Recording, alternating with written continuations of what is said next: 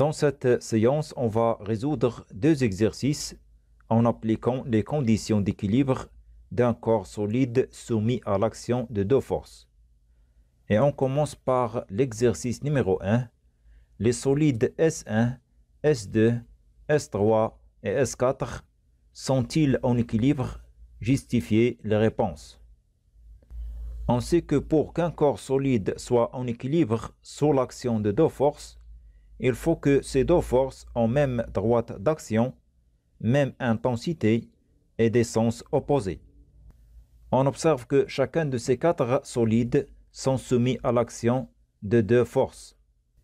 يعني لكي يكون جسم صلب في توازن تحت تأثير قوتين فقط، يجب أن يكون لهاتين القوتين نفس خط التأثير، c'est-à-dire même droite d'action، نفس الشدة c'est-à-dire même intensité، ومنحيين متعاكسين c'est-à-dire les deux forces en des sens opposés. ونبدأ بالجسم الصلب S1، فهو جسم خاضع لقوتين F1 و F2. فهل يوجد فيه توازن؟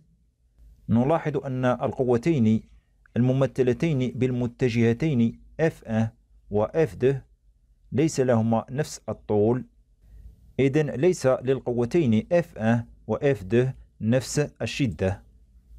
إذن رغم أن للقوتين F1 و F2 نفس خط التأثير ومنحيين متعاكسين، فهما قوتين ليس لهما نفس الشدة، وبالتالي الجسم الصلب S1 لا يوجد في توازن.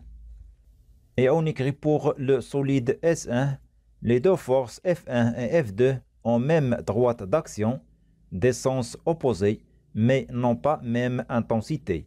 Donc le solide S1 n'est pas en équilibre. بالنسبة للجسم الصلب S2 نلاحظ، وكما يمكن أن نتأكد بالمسطرة، أن القوتين الممثلتين بالمتجهتين F1 و F2 لهما نفس الطول، إذن لهما نفس الشدة، كما أن لهاتين القوتين F1 و F2 منحيين متعاكسين، لكن ليس لهما نفس خط التأثير، وبالتالي الجسم الصلب S2 لا يوجد في توازن. Et on écrit pour le solide S2, les deux forces F1 et F2 ont même intensité, des sens opposés, mais n'ont pas même droite d'action. Donc le solide S2 n'est pas en équilibre. بالنسبة للجسم الصلب S3 فهو خاضع لقوتين F1 و F2، ولهاتين القوتين نفس خط التأثير ونفس الشدة ما دام للمتجهتين نفس الطول، كما أن لهاتين القوتين F1 و F2 منحيين متعاكسين، إذن الجسم الصلب S3 فهو يوجد في توازن. Et on écrit pour le solide S3, les deux forces F1 et F2 ont même droite d'action, même intensité et des sens opposés. Donc le solide S3 est en équilibre. أما بالنسبة للجسم الصلب S4 فهو خاضع لقوتين F1 و F2، ولهاتين القوتين نفس خط التأثير ونفس الشدة ما دام للمتجهتين F1 و F2 نفس الطول، لكن ليس للقوتين F1 و F2 منحيين متعاكسين، إذن الجسم الصلب S4 لا يوجد في توازن. Et on écrit pour le solide S4, les deux forces F1 et F2 ont même droite d'action, même intensité, mais n'ont pas des sens opposés. Donc le solide S4 n'est pas en équilibre. On passe à l'exercice numéro 2. On considère le schéma ci-contre où la boîte est en équilibre sur un bureau. La question numéro 1. Que représente la force P? المتجهة P تمثل القوة المطبقة من طرف الأرض على العلبة، وهي تأثير عن بعد موزع وتسمى كذلك وزن العلبة. Et on écrit le vecteur P représente le poids de la boîte, c'est l'action de la Terre sur la boîte. La deuxième question, déterminer son intensité sachant qu'elle a été représentée par l'échelle 0,5 cm correspond à 3 نيوتن.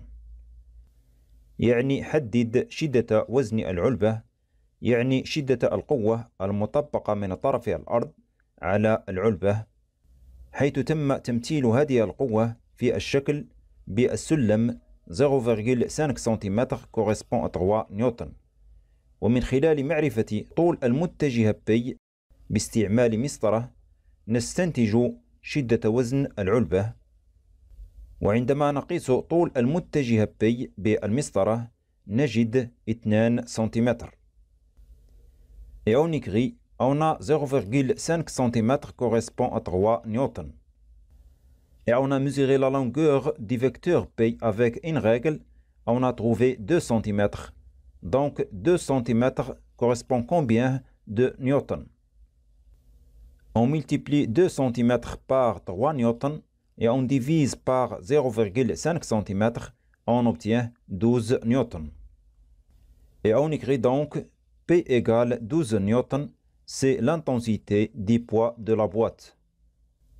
La question numéro 3, déduire les caractéristiques de la force R exercée par le bureau sur la boîte.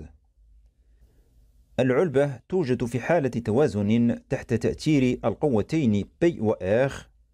إذن نطبق شروط أو شرطي توازن العلبة تحت تأثير هاتين القوتين لكي نستنتج مميزات القوة R المطبقة من طرف سطح المكتب على العلبة، حيث لهاتين القوتين P و R نفس خط التأثير، نفس الشدة ومنحيين متعاكسين. Et on écrit la boîte est en équilibre sous l'action de deux forces P et R. Donc les deux forces P et R ont même droite d'action, même intensité et des sens opposés. Et on déduit les caractéristiques de la force R qui sont le point d'application, la droite d'action, le sens et l'intensité. La force R, c'est une force de contact répartie. Donc le point d'application, c'est le point qui représente le centre de la surface de contact entre le bureau et la boîte.